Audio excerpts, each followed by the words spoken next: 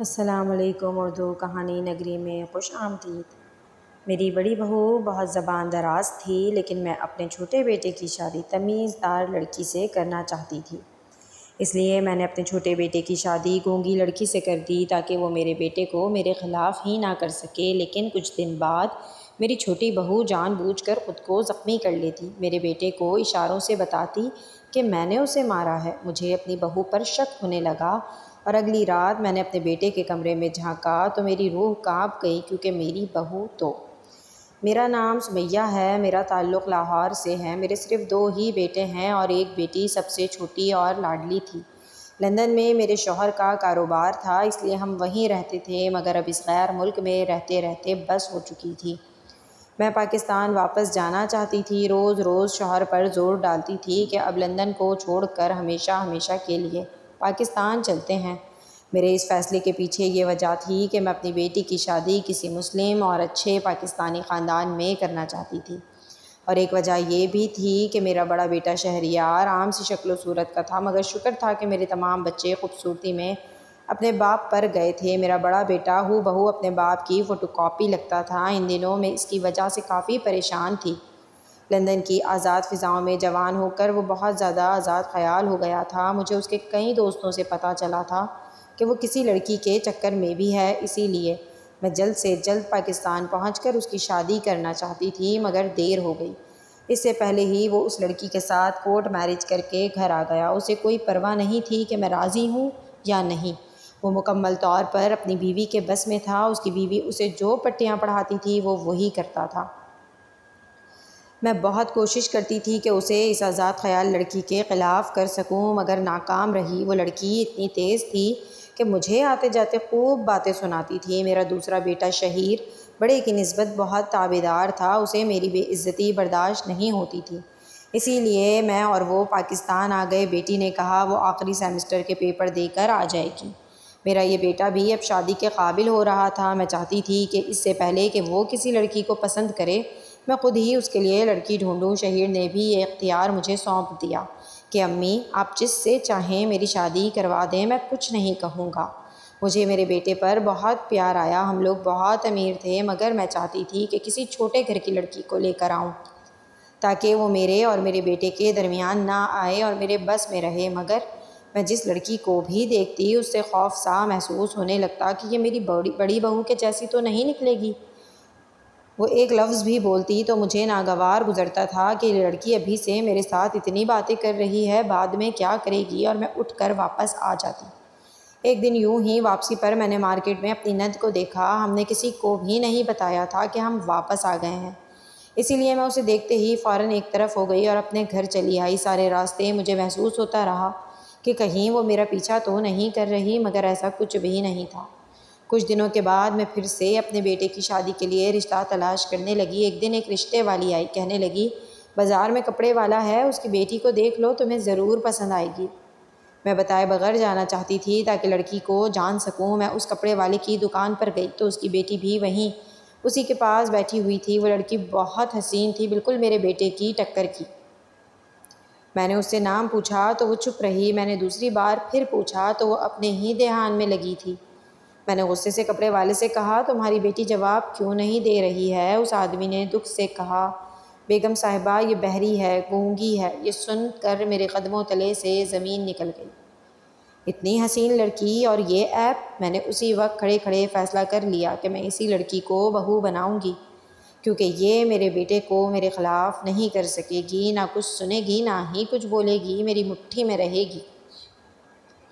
میں نے بیٹے سے جا کر گھر میں بات کی تو وہ کہنے لگا ماں اندھی بہری لنگڑی جس لڑکی سے بھی آپ میری شادی کریں گی میں تیار ہوں، لیکن میری ایک شرط ہے۔ میں نے حیران ہو کر پوچھا تو وہ کہنے لگا تم اسے بہو نہیں اپنی بیٹی سمجھو گی۔ اگر بھابھی کو تم پیار سے قبول کر لیتی تو ہو سکتا تھا کہ وہ بھی اچھی ہو جاتی، اس لیے میری بیوی کے ساتھ آپ کو پیار سے رہنا ہوگا۔ میں نے کہا بیٹا تم فکر نہ کرو، جیسا تم کہو گے ویسا ہی ہوگا۔ یوں میں نے اپنے بیٹے کی شادی اس گونگی بہری لڑکی سے کر دی۔ شادی میں بس اس لڑکی کا باپ شریک ہوا تھا، اس کی ماں نہیں تھی۔ شادی والی رات جب میرا بیٹا کمرے میں گیا تو کچھ ہی دیر بعد چیختا ہوا کمرے سے باہر آیا۔ میں نے پوچھا کیا بات ہے، کیا ہو گیا ہے؟ کیوں چیخ رہے ہو؟ جو اس نے بتایا اسے سن کر میرے سر پر آسمان ٹوٹ گیا۔ میرا بیٹا کہنے لگا، کمرے میں تو وہ لڑکی بے ہوش ہے اور پورے کمرے میں نیچے فرش پر بچھو ہی بچھو ہیں، شاید انہی کو دیکھ کر بے ہوش ہو گئی ہے بیچاری۔ میرا بیٹا مجھے مشکوک نظروں سے دیکھنے لگا، کہنے لگا، ماں کہیں تم نے تو اسے تنگ کرنے کے لیے یہ سب نہیں کیا؟ اتنا بڑا الزام سن کر میں تڑپ گئی اور کہا، میں یہ سب کیوں کروں گی؟ مگر وہ اسپرے لینے کے لیے چلا گیا تاکہ کمرہ صاف کروا سکے۔ پہلے ہی دن گھر میں یہ کیا ہو گیا تھا؟ مجھے کچھ سمجھ نہ آئی۔ خیر کمرہ صاف کروا کر وہ کمرے میں چلا گیا۔ اگلے دن ولیمہ تھا۔ میں نے بہت ہی شاندار مہنگا لہنگا بنوایا تھا، مگر جب بہو پہن کر لوگوں کے سامنے آئی تو سارے لوگ ہنسنے لگے کیونکہ وہ کئی جگہ سے پھٹا ہوا تھا۔ سب لوگ باتیں بنانے لگے۔ میرے بیٹے کا یہ سب دیکھ کر موڈ خراب ہو گیا۔ وہ وہاں سے چلا گیا۔ وہ تو یہی سمجھ رہا تھا کہ یہ سب میں نے کیا ہے، حالانکہ مجھے تو پتہ بھی نہیں تھا کہ یہ سب کس نے کیا ہے، اور اپنی بہو پر بھی میں شک نہیں کر سکتی تھی۔ وہ بیچاری تو خود معصوم گونگی بہری تھی۔ خیر کچھ دن سکون سے گزر گئے۔ میں ان واقعات کو بھول بھال گئی جب اچانک ایک دن وہ ہوا جو میں نے خواب میں بھی نہیں سوچا تھا۔ میری بہو سو کر اٹھی تو اس کے بال کٹے ہوئے تھے جیسے قینچی سے کاٹے گئے ہوں۔ میں نے پوچھا تو کہنے لگی، مجھے نہیں پتہ یہ کیسے کٹے ہیں۔ میں بے حد پریشان ہو گئی۔ ان دنوں میرا شوہر بھی ملک سے باہر تھا، ورنہ اپنی پریشانی اس سے شیئر کر لیتی۔ یہی سوچ سوچ کر میں حیران ہوتی رہی کہ کون میری بہو کا دشمن ہو گیا ہے۔ ملازم نیچے تک ہی محدود رہتے تھے، اوپر آنے کی ان کو اجازت نہیں تھی۔ میرے علاوہ گھر میں کوئی اور ہوتا بھی نہیں تھا۔ شام کو میرا بیٹا آیا تو مجھ سے لڑنے لگا کہ اماں تم نے میری بیوی کے بال کیوں کاٹے؟ میں سن کر حیران رہ گئی۔ میرا فرما بردار بیٹا کیسی باتیں کر رہا تھا۔ اسی دن میری بیٹی بھی واپس آ گئی۔ میری بہو اسے دیکھ کر بہت خوش ہوئی، اسے گلے لگانے لگی۔ میری بیٹی ایمن نے اسے ہاتھ سے پیچھے کیا، مگر نہ جانے کیسے بہو پیچھے کو گر پڑی۔ یہ منظر میرے بیٹے نے دیکھ لیا۔ غصے سے کہنے لگا، آپ کیا کم تھیں جو اب آپ کی بیٹی بھی میری بیوی کی دشمن بن کر آ گئی ہے؟ وہ اپنی بیوی کو کمرے میں لے گیا۔ اکثر ایسا ہوتا کہ میری بہو کے ساتھ روز کچھ نہ کچھ برا ہونے لگا۔ کبھی کچن میں کام کرتے ہوئے اس کے دوپٹے کو آگ لگ جاتی اور کبھی اس کو چھری سے کٹ لگ جاتے۔ ایک بار اس کا پیر پھسلا تو وہ آخری 2 سیڑھیوں سے گر گئی۔ یہ سب معمولی سی باتیں تھیں اور کسی کا بھی اس میں کوئی قصور نہیں تھا، مگر میرا بیٹا آ کر مجھے اور میری بیٹی کو قصوروار ٹھہراتا اور اپنے فیصلے پر پچھتاتا، کیونکہ وہ تو بتا بھی نہیں سکتی تھی کہ میں سچ کہہ رہی ہوں۔ میری بیٹی گھر کے ماحول سے تنگ آ کر زیادہ وقت باہر گزارنے لگی۔ میرا شوہر بھی آفس میں ہی رہتا، گھر آتے ہی کمرے میں گھس جاتا۔ کہتے، تم ساس بہو کے جھگڑوں میں کچھ نہیں بولوں گا، مجھے لگتا ہے کہ تم ہی ایک ظالم ساس بن گئی ہو۔ وہ بیچاری تو بول بھی نہیں سکتی۔ دن گزرتے جا رہے تھے اور ہر گزرتے دن کے ساتھ میرا بیٹا میرے خلاف ہوتا جا رہا تھا۔ اس کی بیوی بھی اسے بھڑکا نہیں سکتی تھی، پھر بھی نہ جانے کیوں وہ ہم سب گھر والوں سے دور ہونے لگا۔ اپنی بہن کو بھی نہ پوچھتا، نہ ہی ماں باپ کو۔ ایک دن تو حد ہو گئی۔ میری بہو ہمارے لیے چائے لے کر آئی تو اس کے ہاتھ سے ٹرے چھوٹ گئی، کپ نیچے گر گئے۔ شاید اس کے ہاتھ پر بھی چائے گری تھی۔ وہ رونے لگی۔ شہیر کے آنے تک وہ روتی رہی۔ مجھے پہلی بار وہ بری لگی کہ بھلا اتنی سی چوٹ کا میاں کو کیا بتانا، مگر شہیر نے بھی پوچھ کر ہی دم لیا کہ کیا مسئلہ ہے، اور اس نے مجھے صاف کہہ دیا کہ آپ لوگ اپنے کام نوکرانی کو کہا کریں، میری بیوی کوئی کام نہیں کرے گی۔ میں اب ہر وقت الجھن اور پریشانی میں رہنے لگی، کیونکہ میں جاننا چاہتی تھی کہ میری بہو کے ساتھ آخر کیا معاملہ ہے، یہ کیا راز ہے۔ ایسے ہی چوٹ لگتی ہے اور باقی لوگ سلامت رہتے ہیں۔ جانے کیوں مجھے شک ہونے لگا کہ بہو اپنے ساتھ کہیں خود سے ہی تو کچھ ایسا نہیں کرتی، مگر جب میں اس کی بھولی معصوم صورت دیکھتی تو سوچتی یہ اتنی بڑی سازش تو نہیں کر سکتی۔ پھر کون کر رہا تھا یہ سب؟ کوشش کے باوجود بھی میں کچھ پتہ نہ لگا پائی۔ ایک دن ایمن گھر آئی تو شہیر غصے سے پوچھنے لگا، اتنی رات کو تم کہاں سے آ رہی ہو؟ وہ کہنے لگی، میں دوستوں کے ساتھ گئی تھی، پہلے بھی جاتی تھی، اب کیا ہو گیا ہے ایسا؟ شہیر غصے سے کہنے لگا، یہ پاکستان ہے، لندن نہیں۔ آئندہ مجھ سے یا اپنی بھابھی سے پوچھے بغیر کہیں نہیں جاؤ گی۔ مجھے تو بیٹے کے رنگ ڈھنگ دیکھ کر ہی حیرت ہو رہی تھی۔ ابھی اس کی بیوی کسی کام کی نہیں تھی تو وہ اس کے آگے پیچھے پھر رہا تھا۔ اگر وہ ٹھیک ہوتی تو پتہ نہیں اس کا رویہ کیا ہوتا۔ ایک دن شہیر غصے میں ایمن کا ہاتھ پکڑ کر گھر میں داخل ہوا کہ یہ ہوٹل میں کسی لڑکے سے مل رہی تھی۔ آج کے بعد یہ گھر سے باہر قدم نہ نکالے۔ ایمن کچھ کہنا چاہ رہی تھی مگر وہ بہت غصے میں تھا، کسی کی بھی نہیں سن رہا تھا۔ میری بچی ساری رات روتی رہی کہ بھائی مجھ سے پوچھ تو لیتے یہ سب کچھ جو ہو رہا تھا۔ مجھے لگ رہا تھا کہ یہ سارا چکر پہلے چل چکا ہے، مگر یہ بات میں کسی سے نہیں کہہ سکتی تھی۔ یہ بدھ کے دن کی بات تھی جب میں نے دیکھا کہ بہو چوری چوری کمرے سے باہر نکلی۔ میں حیران ہو کر اس کے پیچھے گئی تو دیکھا کہ چلتے چلتے وہ بیٹھ گئی ہے اور اپنا پیر پکڑ کر عجیب عجیب آوازیں نکالنے لگی۔ میرا بیٹا اسی وقت اس کے پاس آیا تو وہ اشارے سے بتانے لگی کہ وہ گر گئی ہے، وہ جھوٹ بول رہی تھی، اور اس دن مجھے پتہ چلا کہ وہ لڑکی بھولی بھالی نہیں ہے بلکہ چالاک ہے۔ میں فوراً آگے بڑھی اور کہا یہ جھوٹ بول رہی ہے، خود بیٹھی ہے یہ نیچے۔ شہیر نے اس سے پوچھا تو وہ میری طرف اشارہ کر کے کہنے لگی کہ میں نے اسے گرایا ہے۔ میں تو ہکا بکا رہ گئی۔ میرا بیٹا بہت غصے میں آ گیا، کہنے لگا آپ اور ابو واپس بھائی کے پاس چلے جائیں، میں مزید اپنی بیوی کو خطرے میں نہیں ڈال سکتا، اور ایمن کی میں یہیں کہیں شادی کر دوں گا، بس میں اپنی بیوی کے ساتھ اکیلا رہوں گا، وہ اکیلے رہنا چاہتی ہے۔ میری تو یہ سب سن کر جان نکل گئی۔ مجھے شہیر سے ہرگز ایسی امید نہیں تھی۔ وہ تو میرا نہایت احترام کرتا تھا، میرا فرما بردار بچہ تھا۔ آخر اس لڑکی نے میرے بیٹے کو قابو میں کیسے کیا تھا؟ وہ تو بول بھی نہیں سکتی تھی اور نہ سن سکتی تھی۔ میں نے اس پر نظر رکھنا شروع کر دی۔ وہ شہیر کے آگے پیچھے پھرتی تھی، جیسے وہ گھر آتا اس کو کمرے میں لے کر چلی جاتی۔ وہ ہمارے پاس بھی نہیں بیٹھتا تھا۔ ہاں، ایمن سے وہ بہت پیار کرتا تھا مگر اب اس کو بھی دیکھنا پسند نہیں کرتا تھا، اور یہ سب میری بہو کے گھر آنے کی وجہ سے ہو رہا تھا۔ مجھے جاننا تھا کہ وہ اس سے کیسے باتیں کرتی ہے۔ 2 دن بعد شہیر اسے کھانے پر لے گیا، تب مجھے موقع مل گیا۔ دراز میں مجھے ایک ڈائری رکھی ہوئی نظر آئی۔ میں نے وہ کھولی تو اندازہ ہوا کہ وہ دونوں لکھ کر بات کرتے تھے۔ میری بہو نے ہمارے بارے میں بہت کچھ غلط لکھا ہوا تھا۔ وہ شہیر کو یہ بتاتی تھی کہ مجھے تمہاری ماں روز مارتی ہے، گھر کے سارے کام کرواتی ہے، مجھ پر تشدد کرتی ہے۔ ایک جگہ ایمن کے بارے میں لکھا تھا کہ ایمن بری صحبت میں بیٹھتی ہے، لڑکوں کو دوست بناتی ہے۔ یقیناً اس کی باتیں پڑھ پڑھ کر میرا بیٹا ہمارے خلاف ہوا تھا۔ میں نے اسی وقت فون کر کے لندن کی ٹکٹ کینسل کروائی۔ اب میں یہیں رہ کر اس لڑکی کے راز تک پہنچنا چاہتی تھی کہ کیوں وہ ہمارے خلاف تھی، اس کی ہم ماں بیٹی سے کیا دشمنی تھی۔ ایک دن میں اس کے کمرے کے آگے سے گزری تو میرے حواس گم ہو گئے۔ اس کے کمرے سے کسی کے بولنے کی آواز آ رہی تھی۔ میں نے تھوڑا سا دروازہ کھول کر دیکھا تو وہ کسی سے بات کر رہی تھی، وہ بول سکتی تھی۔ مجھے یہ دیکھ کر شدید جھٹکا لگا۔ میں فوراً وہاں سے ہٹ کر اپنے کمرے میں آ گئی۔ جو کچھ میں نے دیکھا تھا مجھے یقین نہیں آ رہا تھا۔ اس کا مطلب تھا کہ ہمیں دھوکہ دیا گیا تھا۔ وہ اتنے عرصے سے ہمیں بیوقوف بنا رہی تھی۔ کچھ ہی دیر میں میرا بیٹا بھاگتا ہوا آیا، کہنے لگا امی ایمن گھر سے بھاگی ہے، اس کا میسج آیا ہے میرے موبائل پر جس پر لکھا ہے کہ وہ اپنی مرضی سے گھر چھوڑ کر جا رہی ہے۔ مجھے لگا یہ سب سن کر میرا دل بند ہو جائے گا۔ میں وہیں ایک طرف بیٹھ گئی۔ اسی وقت میری بہو بھی آ گئی۔ میں نے اس کا گریبان پکڑ لیا اور چلا کر کہا یہ سب تم نے کیا ہے، سب تمہاری وجہ سے ہوا ہے۔ میری بیٹی گھر چھوڑ کر چلی گئی ہے، ہماری عزت خاک میں مل گئی ہے۔ شہیر غصے سے کہنے لگا امی اس میں اس بیچاری کا کیا قصور ہے؟ یہ نہ بول سکتی ہے نہ سن سکتی ہے، آپ اس پر کیوں الزام لگا رہی ہیں؟ میں نے بہو کو دیکھتے ہوئے کہا میں جان گئی ہوں تم بول سکتی ہو اور سن بھی سکتی ہو۔ کون ہو تم؟ کس مقصد سے اس گھر میں آئی ہو؟ سچ سچ بتاؤ۔ مجھے لگا تھا کہ یہ سب سن کر وہ گھبرا جائے گی مگر وہ مسکراتی کہنے لگی میں نورین عرف شازیہ کی بیٹی ہوں، آپ کی نند کی بیٹی۔ مجھے ایسے لگا کہ میرے کانوں پر دھماکہ ہو گیا، اتنا کڑوا اور زہریلا سچ۔ وہ شازیہ کی بیٹی تھی۔ مجھے ماضی یاد آنے لگا۔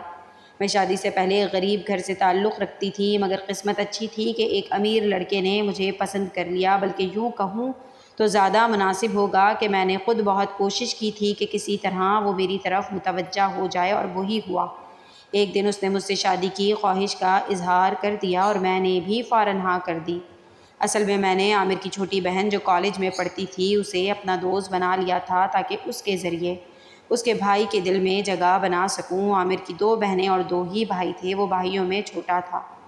گھر میں اس کی اور اس کی چھوٹی بہن کی شادی ہونے والی تھی جو کہ خود کو میرا دوست کہتی تھی، جبکہ میں نے اسے کبھی دل سے دوست سمجھا ہی نہیں تھا۔ میرے لیے تو بس وہ ایک مہرہ تھی۔ مجھے عامر کے گھر والوں نے بہت پیار اور محبت سے قبول کیا مگر میں اکیلی رہنا چاہتی تھی۔ 2 جیٹھ جٹھانیاں، ساس سسر اور ایک نند، یہ سب لوگ مجھ سے برداشت نہیں ہوتے تھے۔ دل چاہتا تھا کہ انہیں جلد از جلد نکال دوں اور اس گھر پر اکیلی راج کروں، لیکن میرا شوہر اپنی چھوٹی بہن سے بہت پیار کرتا تھا۔ وہ بہت خوبصورت تھی، اسی لیے وہ مجھے بری بھی لگتی تھی۔ اکثر وہ مجھ سے شکوہ کرتی تھی کہ میں اس کی دوست بن کر ہی ٹھیک تھی، اب بھابھی بن کر بدل گئی ہوں۔ میں اسے کیا بتاتی کہ بس تمہارے ذریعے اس گھر میں داخل ہونا تھا اور اب تم میرے کسی کام کی نہیں ہو۔ میں نے آئے روز گھر میں لڑائی جھگڑا شروع کر دیا۔ سب لوگ اچھی طرح سمجھ گئے کہ میں کیا چاہتی ہوں، اسی لیے بڑے دونوں بیٹے اپنی اپنی بیویوں کو لے کر خاموشی سے علیحدہ ہو گئے۔ میرا شوہر ہرگز راضی نہیں تھا، مگر میں نے آہستہ آہستہ اس کا دماغ اس کے گھر والوں کے خلاف کر دیا تھا۔ اب وہ میرے ہاں میں ہاں ملاتا تھا۔ میرا پہلا بیٹا ہوا تو میں اپنے میکے چلی گئی کہ یا تو اپنے ماں باپ اور بہن بھائی کو گھر سے نکالو اور اگر نہیں تو میں واپس نہیں آؤں گی۔ میرے ساس سسر معاملے کی نوعیت کو سمجھتے تھے۔ وہ خود ہی گھر چھوڑ کر دوسرے بیٹے کے پاس کراچی چلے گئے۔ میری نند کا بیٹا پڑھائی کا آخری سال تھا، اس لیے وہ رک گئی اور مجھ سے یہ بھی برداشت نہیں ہو رہا تھا، کیونکہ مجھے ڈر تھا کہ کہیں میرا شوہر میرے ہاتھ سے نہ نکل جائے، اپنی بہن کے ذریعے ماں باپ سے رابطہ نہ بڑھا لے۔ میں نے شازیہ سے چھٹکارا پانے کا فیصلہ کیا اور ایک منصوبہ بنایا۔ وہ جس رکشہ ڈرائیور کے ساتھ جاتی تھی اس کو 12 بجے فون کر کے کہا کہ شازیہ کو کالج مت لینے جانا، اس کا بھائی لے آئے گا۔ دوسری طرف میں نے شازیہ کو فون کر کے کہا کہ رکشہ خراب ہو گیا ہے، تم کالج کے نزدیک ہوٹل میں چلی جاؤ، کسی کو تمہیں لینے کے لیے بھیجتی ہوں۔ میں نے اپنے ایک دور کے آوارہ کزن کو فون کر کے شازیہ کے پاس جانے کا کہا اور خود شوہر کے دفتر پہنچ گئی کہ میں تمہارے ساتھ لنچ کرنے آئی ہوں۔ مجھے معلوم تھا کہ میرا شوہر جب دیکھے گا کہ شازیہ ایک غیر لڑکے کے ساتھ ہے تو وہ بہت غصہ ہوگا اور ہو سکتا ہے کہ میرے کزن کے ساتھ ہی اس کی شادی کر دے۔ اب جیسے ہی میں اپنے شوہر کو لے کر وہاں پہنچی تو شازیہ وہاں ایک لڑکے کے ساتھ پہلے ہی بیٹھی ہوئی تھی۔ میں نے اپنے شوہر کو دکھا کر کہا، دیکھ لو اپنی بہن کے کام کو، کالج کے بہانے لڑکوں سے ملتی ہے۔ میں نے تمہیں بتایا تھا نا، مگر تمہیں یقین نہیں آ رہا تھا، اب اپنی آنکھوں سے دیکھ لو۔ شازیہ ہمیں دیکھ کر گھبرا گئی، کہنے لگی، بھائی یہ میرا کلاس فیلو ہے، مجھے یہاں اکیلے بیٹھے دیکھ کر پوچھنے آ گیا، مجھے بھابھی نے کہا تھا یہاں آنے کو۔ عامر بہت غصے میں آ گئے اور اس لڑکے کو کہا کہ کل اپنے ماں باپ کو لے کر آ جانا اور اسے نکاح کر کے لے جانا۔ وہ لڑکا بہت غریب تھا، شازیہ کو پسند کرتا تھا۔ اگلے ہی دن عامر نے بغیر کسی کو بتائے شازیہ کا نکاح کر کے اسے رخصت کر دیا۔ میرا پلان تھا کہ اسے اپنے آوارہ کزن کے پلے باندھوں گی، مگر وہ اس دن وقت پر ہوٹل پہنچ ہی نہیں سکا۔ خیر یہ معاملہ بھی ٹھیک ہی تھا کیونکہ وہ ایک غریب گھر میں گئی تھی۔ بعد میں عامر نے میرے کہنے پر سب گھر والوں کو یہی کہہ دیا کہ شازیہ گھر سے بھاگ گئی ہے۔ ایک دو بار شازیہ نے عامر سے ملنے کی کوشش کی، مگر میں نے اسے ملنے نہیں دیا اور دروازے سے ہی لوٹا دیا۔ اسی سال میرے گھر بیٹی کی پیدائش ہوئی اور پھر ہم لندن شفٹ ہو گئے۔ اب ہم کافی سالوں بعد واپس آئے تھے اور اس دن مارکیٹ میں ان لوگوں نے مجھے دیکھ لیا تھا۔ مجھے کیا معلوم تھا کہ میرا کیا ہوا ظلم میرا انتظار کر رہا ہے۔ نورین میری نند شازیہ کی بیٹی تھی، یہ جان کر میرے قدموں تلے سے جان نکل گئی تھی۔ وہ اپنی ماں سے کی گئی زیادتیوں کا بدلہ لینے آئی تھی۔ اس نے باقاعدہ پلان بنا کر شہیر سے شادی کی تھی۔ نورین کہنے لگی، آپ نے میری ماں کے ساتھ بہت برا کیا تھا، مگر میں چاہتے ہوئے بھی آپ کی بیٹی کے ساتھ اتنا برا نہیں کر پائی۔ اسٹور روم میں وہ بے ہوش پڑی ہے، وہ کہیں نہیں بھاگی۔ میں بس آپ کو احساس دلانا چاہتی تھی کہ جب کسی ماں باپ کو کوئی یہ کہے کہ آپ کی بیٹی گھر سے بھاگ گئی ہے تو اس پر کیا گزرتی ہے۔ میں نے جان بوجھ کر یہ سب کچھ کیا صرف آپ کو یاد دلانے کے لیے، کیونکہ جب خود پر گزرتی ہے تب پتہ چلتا ہے کہ دوسرا کس اذیت سے گزرا ہے۔ میری ماں نے بھی اذیت میں ہی 24 سال گزارے ہیں۔ میری ماں تو اس حق کی بھی نہیں تھی کہ میں ایک بدلے کے لیے شادی کروں، مگر وہ مجھ سے اب تک ناراض ہے۔ میں نے ان کے سامنے ہاتھ جوڑ دیے، درخواست کی کہ مجھے معاف کر دیں۔ میں خود بھی پچھلے کئی سالوں سے دکھ میں تھی کہ میں نے واقعی بہت برا کیا، مجھے احساس ہو گیا تھا۔ نورین نے کہا، مجھ سے نہیں، میری ماں سے معافی مانگیں جو 24 سالوں سے اپنے گھر والوں سے نہیں ملی، آپ کی وجہ سے۔ میں نے اس کے گھر جا کر اس سے معافی مانگی۔ میرا شوہر اور بیٹا مجھے نفرت سے دیکھنے لگے۔ شازیہ بہت اچھی تھی، اس نے تو مجھے معاف کر دیا تھا، مگر عامر کی نگاہوں میں جو نفرت اور حقارت تھی وہ مجھ سے برداشت نہ ہوئی۔ میری وجہ سے بغیر کسی جرم کے اس نے اپنی بہن کو سزا سنائی تھی۔ سب گھر والے مل جل کر رہنے لگے تھے اور میں شرمندگی سے نظریں نہ اٹھا پاتی تھی۔ شوہر نے مجھے اپنے کمرے سے نکال دیا تھا۔ ایک دن میں گھر سے نکل گئی، دارالامان میں چلی آئی۔ شاید یہی میری جیسی عورتوں کی سزا ہے کہ وہ اپنوں سے دور رہیں۔ نورین اور میرا چھوٹا بیٹا کبھی کبھی آ کر مل جاتے ہیں، مگر میرے شوہر نے آج تک پلٹ کر میری خیر خبر نہیں لی۔ وہ اپنی چھوٹی بہن سے بہت پیار کرتا تھا اور بہن کی بربادی کی وجہ سے وہ خود کو ہی قصوروار سمجھ رہا تھا، اسی لیے مجھ سے لا تعلق ہو گیا۔ میں سب سے یہی کہنا چاہوں گی کہ بے وجہ حسد اور نفرت، ہر سازش وقتی طور پر آپ کو کامیاب کر دیتی ہے۔ خدا کی لاٹھی بے آواز ہے، وہ سارے حساب لے لیتا ہے، اسی لیے کسی پر ظلم نہیں کرنا چاہیے۔ ویڈیو اگر پسند آئی ہو تو لائک اور شیئر ضرور کیجیے گا، اور اگر ابھی تک ہمارے چینل کو سبسکرائب نہیں کیا ہے تو گزارش ہے ہمارے چینل کو ضرور سبسکرائب کریں تاکہ آنے والی ویڈیو کا نوٹیفیکیشن بروقت آپ کو مل سکے۔ ملتے ہیں اگلی ویڈیو میں ایک نئی اچھی کہانی کے ساتھ، ہمارا انتظار کیجیے گا۔